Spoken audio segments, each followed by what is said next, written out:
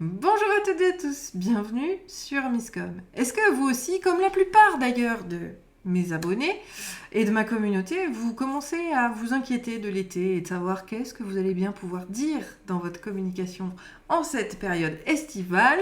Eh bien, c'est le sujet que je vous propose d'aborder cette semaine. Donc, si le sujet vous inspire, je vous invite à mettre un pouce en l'air à cette vidéo. Et puis, pour ceux qui me découvrent, salut à tous, bienvenue sur ma chaîne.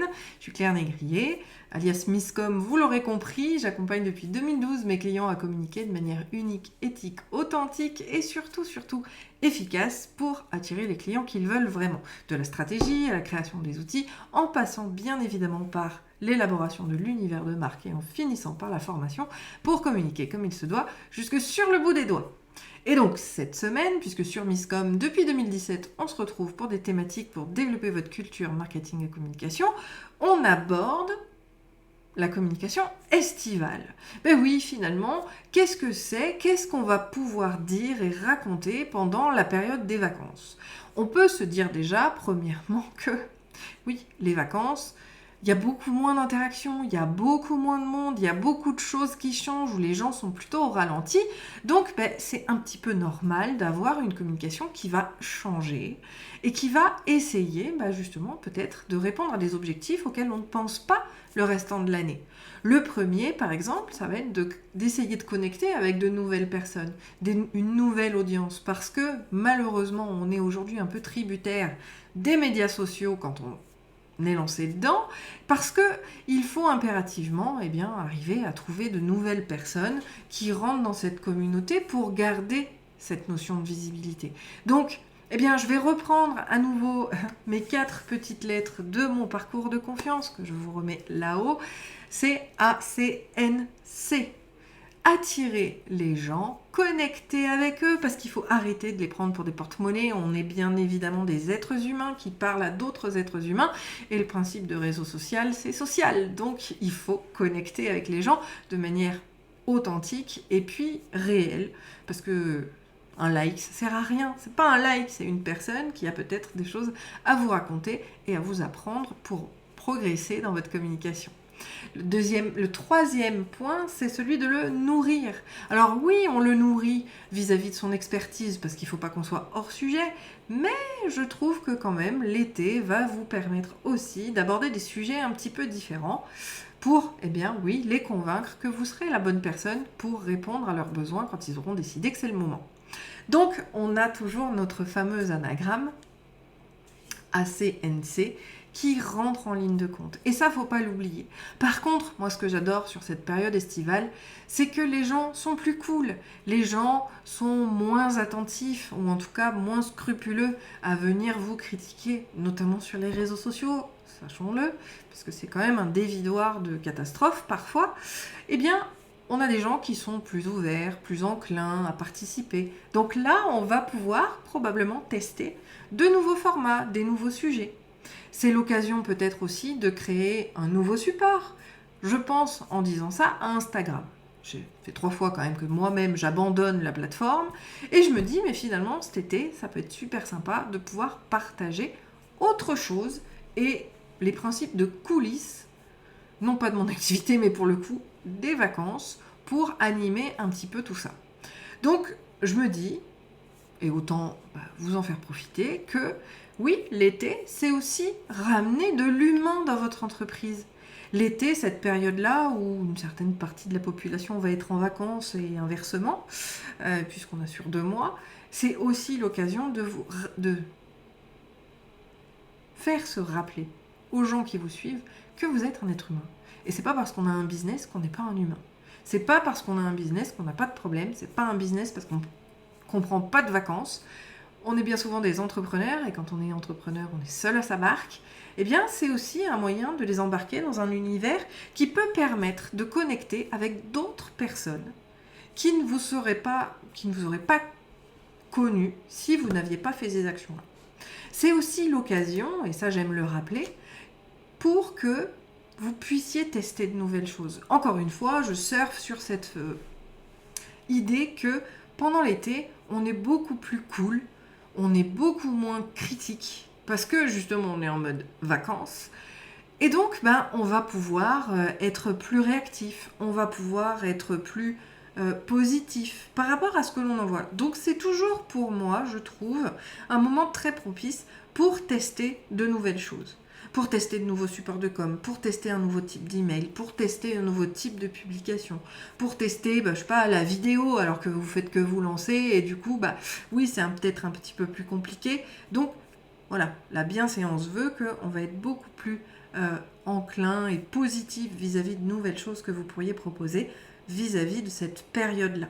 Et donc, finalement, lâchez la créativité, appréciez tout cela vis-à-vis de vous, vis-à-vis de votre activité, pour vous permettre, justement, en septembre, de pouvoir modifier, créer de nouvelles choses que vous avez testées pendant l'été et qui vont rentrer dans votre quotidien en termes de communication. Parler dans sa communication pendant l'été, et là je parle du message, d'accord, c'est cette notion humaine. C'est de rappeler que oui, vous aussi vous prenez des vacances peut-être. C'est de rappeler au contraire que même si vous partez en vacances, l'activité peut-être continue en orientant bien sûr auprès des personnes qui pourront répondre aux besoins des gens qui pourraient venir pendant cette période-là. Ça va être de prévenir aussi que oui, vous êtes humain, que vous prenez également des vacances et que donc vous serez absent de telle date à telle date ou que vous revenez en force à partir de, moi par exemple, ce sera septembre puisque à partir du moment où l'école finit, les lives sur Miscom se mettent en pause pour l'été pour aller justement revenir en pleine forme en septembre. Vous avez ce devoir aussi de prévention.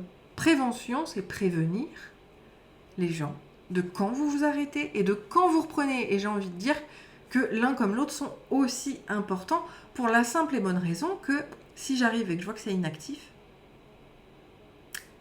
problème. Est-ce que l'entreprise existe toujours ? Est-ce qu'elle va revenir ?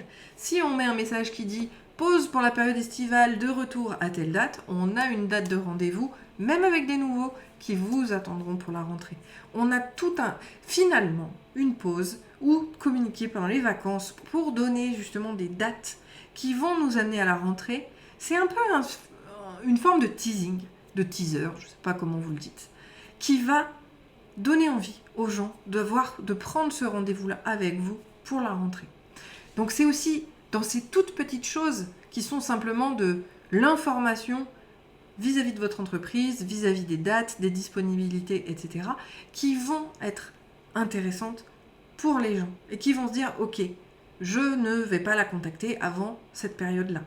Je vais pouvoir patienter. » Comme je le disais, c'est aussi l'occasion de mettre des choses à neuf. Là encore, je me rappelle, un truc qui avait fait un beat pour moi, c'était l'été B2B. Et en assumant mon humour de merde, c'était en fait B2B, c'était blague à 2 balles. B2B. Bon, certains ont apprécié, d'autres l'ont pas fait. C'est pas quelque chose que j'ai gardé, j'ai trouvé ça très fun de le partager. C'était basé en fait sur, un peu comme la page Les Clients, je sais pas si vous connaissez, qui partage justement les pépites des conneries que peuvent donner les clients des créatifs.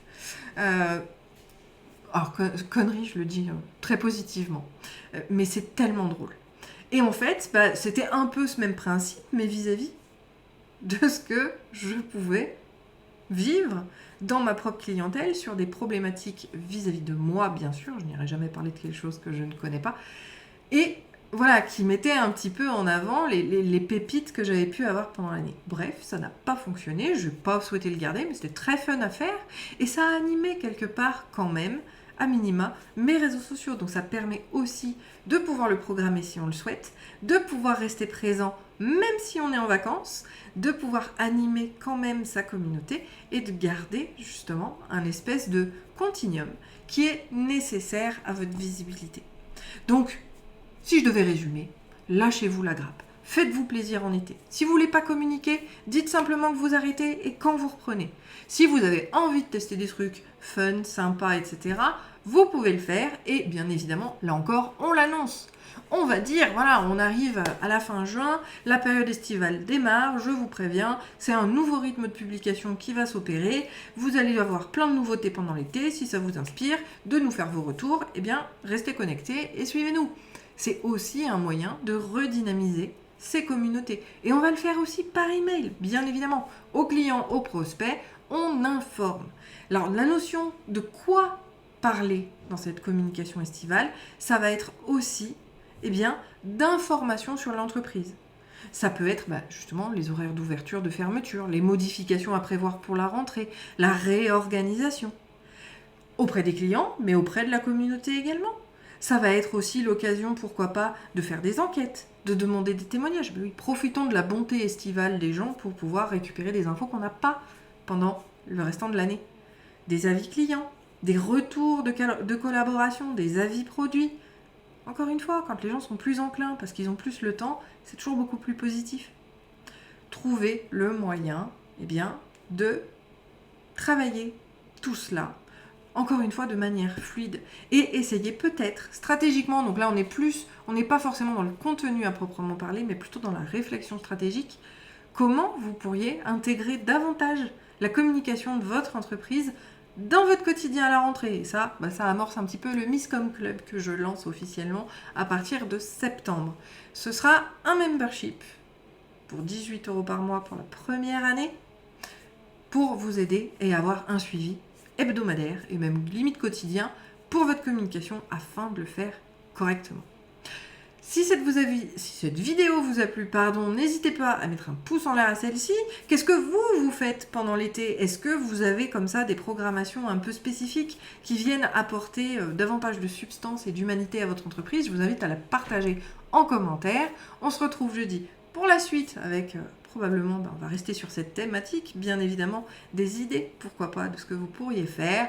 D'ici là, je vous invite à me poser toutes vos questions et à me donner vos avis et vos retours d'expérience. À jeudi. Bye bye. Oh, je laisse YouTube également vous proposer la vidéo la plus adaptée à votre recherche. Bien évidemment, ça permettra de soutenir la chaîne. Ciao.